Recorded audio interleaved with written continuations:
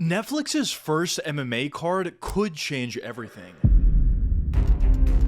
I've been asked for so long, would you ever beat Ronda Rousey? And the answer was always yes. Dude, I would kill her. This will mark the very first MMA card to air live on Netflix. When I was starting to fight, I can't really say it any other way, but I was a prodigy. Ronda Rousey was a true global phenomenon.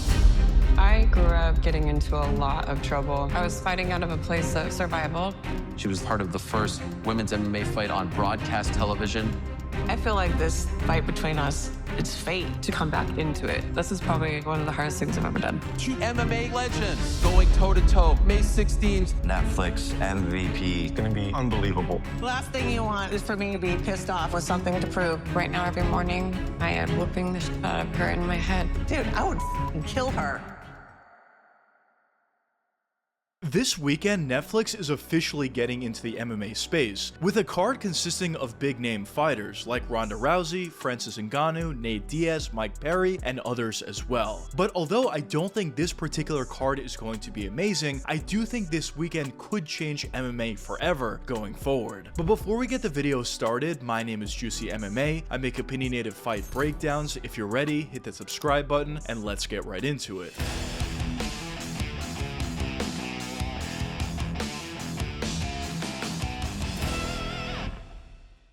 When Netflix originally announced their first MMA card headlined by Ronda Rousey vs Gina, I honestly wasn't all that excited, as the main event was held between two women's MMA fighters, which in general those fights tend to be a little bit worse to say the least as compared to men's MMA fights. But on top of that, both Ronda and Gina are more or less washed at this point, so I didn't really see the level of intrigue in that particular fight. But after Netflix added Nate Diaz vs Mike Perry, Francis Ngannou vs Felipe Lins, and honestly most importantly Morales vs Makayev, I did think that card overall got a lot more interesting for a few different reasons. For one, you had the interest drawers like Nate Diaz, Mike Perry, as well as Francis Ngannou, but also you had a legitimately high-level fight in Makayev vs Morales. So I did think the Netflix card got a lot more interesting to say the least. But with all that being said, I still don't think it's an amazing card, and I definitely don't think it's competing legitimately with the UFC's level of cards. Now, I know on this channel, and a lot of you guys as well tell me all the time how bad the card quality has been in 2026, which is legitimate. The card quality is certainly taking a nosedive over this year and over honestly the last couple of years as compared to what we're used to getting. But with that being said, I still think even 2026 level UFC cards are better than what we're getting on this Netflix card. So the question that some of you may be wondering at this point is, what does this Netflix card really mean? I think this first Netflix MMA card is actually going to be incredibly important, because I do think going forward it's going to determine whether or not they want to stay with their MMA product. If the card does really well viewership wise, I think Netflix is more or less going to go all in to this MMA space. But if the card flops terribly, I do think there is a very real possibility that Netflix just washes their hands of this and completely gets out of the MMA space. And when you take a look at this card, I think it's pretty clear what they're trying to do. For one, they have the bigger name fighters that can generate the eyeballs. Fighters like Nate Diaz, Mike Perry, Ronda Rousey, Francis Ngannou, and maybe some others as well. But mainly, Nate Diaz, Ronda Rousey, and Francis Ngannou are the revenue drivers for Netflix. Those are essentially the fighters that are going to get people in the door. But on top of that, Netflix also has a couple of young prospects on this card as well. And I think the real idea for Netflix going into this card is to get as many viewers as possible based upon those top 3 fights, but also maybe have some of those viewers watch some fighters on the undercard, like Rebellis to Spain, Muhammad Makayev, Morales, Jason Jackson even. Fighters like that can build their names off of a pretty big card like this one. And if some of those undercard fighters turn out to be really fun fighters, and most importantly, really good fighters, all of a sudden Netflix would have a legitimate roster to go to on future cards as well. And they don't only need to rely on older fighters like Nate Diaz, Ronda Rousey, or Francis Ngannou to build up big cards. I think that's essentially the goal with this first Netflix card. But another question that some of you may be wondering at this point is, do I think this is going to work out for Netflix? Well, in my opinion, I think the answer to this is probably yes. I do think this card is going to generate a lot of viewers. I think it's pretty clear whenever you throw Nate Diaz on any card, he's going to generate a lot of viewership. Regardless of what card he's on, regardless of how late he is into his respective MMA career, it doesn't really matter. Fans see Nate Diaz on a card, they watch the card. It's as simple as that. And although the hardcores know Nate Diaz is clearly not in his prime, and there's honestly even a case to be made, even when he was within his prime, he was never all that good. At the end of the day, he's a fun fighter, he's a fan generator, he's going to generate a lot of viewership on this particular card. And I think based upon Nate Diaz being on this card alone, it is going to essentially help Netflix turn this into a successful card. But outside of that, you also have Francis Ngannou on the card that probably will catch a body. I don't think Felipe is even close to being on his level. And also you have Ronda Rousey in the main event, which the fight could be fun, may not be fun, but at the end of the day, she's also a big name that probably will generate some sort of viewership. So overall, I think this card probably will do pretty well viewership wise, but I think the real goal for Netflix, as I mentioned before, and a true success for them would be for some of the fighters on the undercard to really distinguish themselves as fun, but most importantly, really high level fighters. If that did turn out to be the case, I do think Netflix could essentially propel themselves forward about a year or 2 years ahead of schedule in terms of them competing with the UFC. Even if they do perfectly, Netflix is not going to compete with the UFC tomorrow, obviously, but if things go perfectly for them in terms of their viewership numbers, alongside with some of the fighters on their undercard turning out to be really fun and good fighters, I do think that would help out Netflix's MMA product significantly going forward. Because I think it's pretty clear, at least to a lot of the hardcore fans, that Nate Diaz, Ronda Rousey, and Francis Ngannou are not in their primes, to say the very least. At this point, they're good enough probably for another fight, maybe 2 additional fights, but going forward from there, it'll probably be it in terms of them generating a lot of viewership. So it's incredibly important at this point for Netflix to put together good fighters on the undercard and maybe build up some of their roster going forward. If they can do that, it'll put them in a really good spot. If they cannot, it definitely will not. But another question that some of you may be wondering at this point is, do I think Netflix can legitimately garner high-level young talent? Well, in my opinion, I also think the answer to this question is yes. I do think in the long run, Netflix does have hidden advantages over the UFC. And I think that hidden advantage is, for one, their platform in Netflix. There's significantly more viewers on Netflix as compared to Paramount Plus, but also for 2, I think the money Netflix is going to offer to a lot of these young prospects coming into their professional careers is going to be significantly higher as compared to what the UFC is offering. And because of that, I do think it's possible Netflix starts to take away maybe 1 or 2 high-level prospects from the UFC joining Netflix, and over the course of the next 3, 4, or 5 years, there is a very real possibility that on some of those young prospects Netflix took away from the UFC, some of those guys could hit. Some of those guys could turn out to be incredibly high-level fighters and maybe even turn into stars. And at that point, Netflix really has something going forward for them. And I think eventually that first star is going to be the first domino that falls for Netflix. And going forward from there, it'll be a lot easier to garner a lot more talent to their roster. Obviously, this is looking pretty far into the future, but there definitely is a very real possibility that Netflix does garner a lot of young talent going forward. But anyways, if you want my full best bets for every card, those are only on the Juicyverse membership. That's where I go way more in depth than I can here on YouTube. And for the Juicehead members, I also drop exclusive deep dive breakdowns on the biggest fights that I don't post publicly. So if you want to take your picks to the next level and get all the extra content, hit that join button down below. Shout out to all the current members. I really appreciate you guys for supporting the channel. But anyways, let me know what you guys think in the comments. Do you think Netflix can ever legitimately compete with the UFC, or do you not think so? But anyways, I hope you guys enjoyed the video, and if you did enjoy, check one of these 2 videos popping up now. And until the next time,